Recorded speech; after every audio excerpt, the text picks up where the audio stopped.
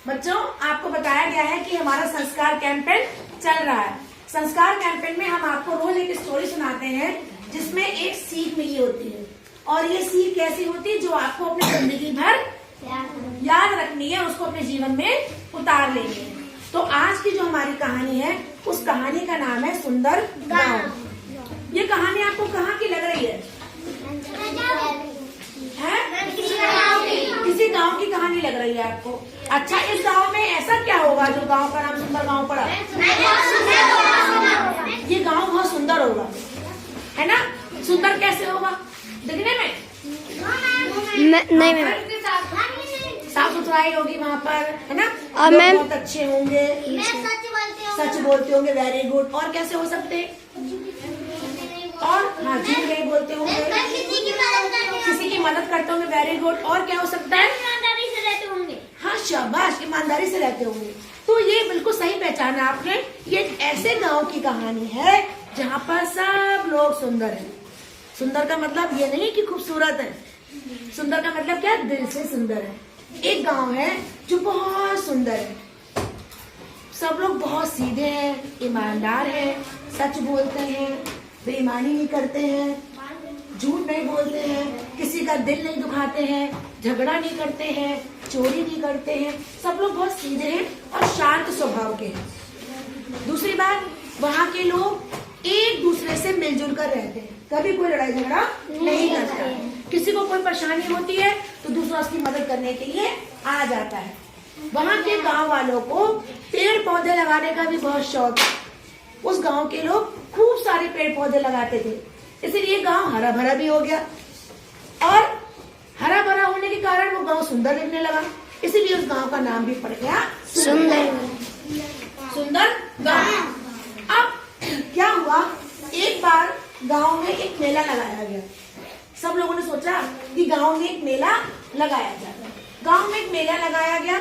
मेला लगाने के लिए दूसरे गांव के लोग अपने अपने दुकानें लेकर उस गांव में आए। गांव के लोग बहुत खुश हो गए कि अरे वाह, पहले हम मेला देखने दूसरे गांव जाते थे, अब की बार तो मेला हमारे गांव में ही लगा है, अब हमें बहुत मजा आएगा। वो मेला 3 दिन के लिए लगाया गया।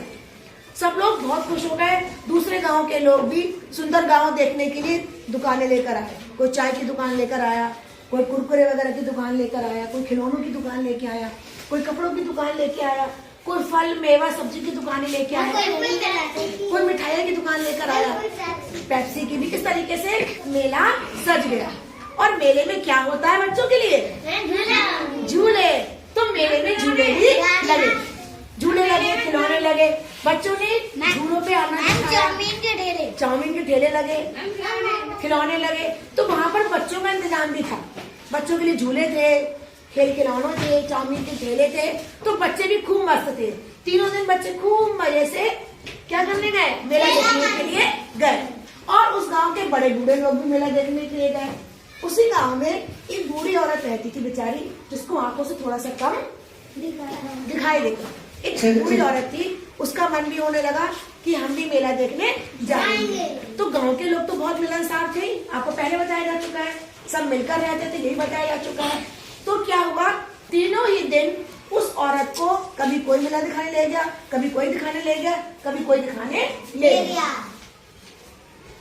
क्योंकि उसे कम दिखाई देता था। तो मान लो ये देव सिंह ले गए, तो देव सिंह अम्मा को सब बातें बताने लगे। देखो अम्मा, यहाँ पे शॉल मिल रही है, देखो अम्मा यहाँ स्वेटर मिल रहा है, कुछ लोगी, देखो अम्मा कुछ घर के लिए चाहिए, कुछ बर्तन वगैरह चाहिए आपको। तो देव सिंह ने पूरा मेला घुमा दिया पहले दिन। अगले दिन डॉली लेके आ गई अम्मा को, तो डॉली ने उन्हें पूरा मेला घुमा लिया। देखो अम्मा, ये कपड़े मिल रहे हैं, साड़ी लोगी, देखो अम्मा खाओगी कुछ, है अम्मा कुछ खा लो, बैठ जाओ, सस्ता लो। तो इस तरीके से डॉली ने इनको पूरा मेला घुमा दिया। अब तीसरे दिन मेला लेके चले गए हमारे कृष्णा भैया, है। तो कृष्णा भैया ने भी सब बताया। अम्मा को दिखाई तो कम देता था, तो अम्मा ने क्या किया, अम्मा को दिखाई दे रहा था। अब कृष्णा भैया बोले, अम्मा चलो आज सब चलो मिठाई की दुकान की तरफ। ये अम्मा को मिठाई की दुकान की तरफ ले गए। देखो अम्मा, ये गुलाब जामुन है, ये बर्फी है, ये रसगुल्ला है, ये सोन पापड़ी है, ये बूंदी लड्डू है, ये मलाई लड्डू है, क्या खाओगे अम्मा? तो इन्होंने अम्मा को सब चीजें दिखाई, क्यों दिखाई नहीं पड़ रही थी उनको दूर से, सब चीजें दिखाई और उससे पूछने लगे कि अम्मा अम्मा क्या खाओगी। अम्मा ने अपने पसंद के लड्डू बताए और इन्होंने अम्मा को लड्डू दिलवा दिए। वो दुकान वाला जो था वो चौंक रहा था कि ये अम्मा तो बड़ी खुशनसीब है, इनके बच्चे तो बहुत अच्छे हैं, कभी कोई मेला दिखाने लेके आता है, कभी कोई मेला दिखाने लेके आता है। और उस दुकान वाले को अपनी बूढ़ी अम्मा याद आ गई। उसका मन माना नहीं तो उसने कृष्णा भैया से पूछ लिया कि भैया आप तो अपनी अम्मा को बहुत प्यार करते हो। तो बोले हाँ और क्या, हम तो अपनी अम्मा को बहुत प्यार करते हैं। इनने ये नहीं बताया कि ये हमारी अम्मा नहीं है। फिर उन्होंने बूढ़ी अम्मा से पूछ लिया, अम्मा बड़ी खुश नसीब हो तुम तो। उन्होंने कहा हाँ क्या हुआ लल्ला। बोले अरे आपके कितने लल्ले हैं, कभी आप किसी के संग मेला देखने आई, कभी किसी के संग मेला देखने आई और कभी किसी के संग देखने आई। कितने बच्चे हैं आपके सब बच्चे बहुत अच्छे हैं। तो अम्मा बोली हाँ बेटा मेरा तो पूरा गांव ही बच्चा है। तो उन्होंने कहा पूरा गांव बच्चा है, क्या मतलब, मेरे को समझ में नहीं आया। तो बोली बेटा मैं क्या बताऊं, मैं तो अकेली हूँ बेसहारा, ना मेरा पति है ना मेरा कोई बेटा है। मेरा पति और बेटा दोनों ही फौज में लड़ते लड़ते शहीद हो गए थे। अगर ये गांव आज नहीं होता तो मैं तो कब की भूखी मर जाती। ना मेरी देखभाल करने वाला कोई था, ना मेरे घर में कोई कमाने वाला था, है ना। मेरे को तो मेरे पूरे गांव वालों ने अपने बच्चों की तरह पाला है और मुझे कभी कोई दिक्कत नहीं होने देते हैं।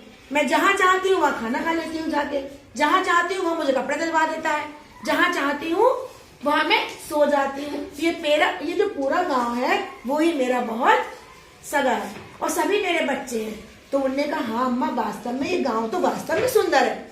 इस गांव का नाम सुंदर गांव नहीं है, यहाँ के तो लोग भी बहुत सुंदर है।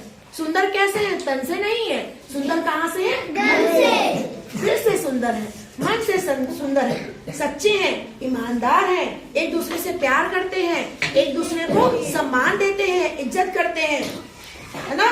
तो हमें भी क्या करना चाहिए, हमें भी सुंदर गांव की तरह ही अपने घर को, खुद को, अपने गांव को, अपने विद्यालय को, अपने शहर को सुंदर बनाना चाहिए। इस कहानी से हमें क्या सीख मिलती है, इस कहानी से आज की हमारी संस्कार सीख यही है कि हमें स्वयं को व अपने गांव को केवल बाहर से नहीं, कपड़े अच्छे पहन लिए, है ना, बाल अच्छे से काट लिए, केवल बाहर से ही नहीं बल्कि भीतर से यानी कि दिल से भी सुंदर बनाना चाहिए। तभी हम वास्तव में एक सच्चे नागरिक बनेंगे। अच्छी लगी बच्चों कहानी?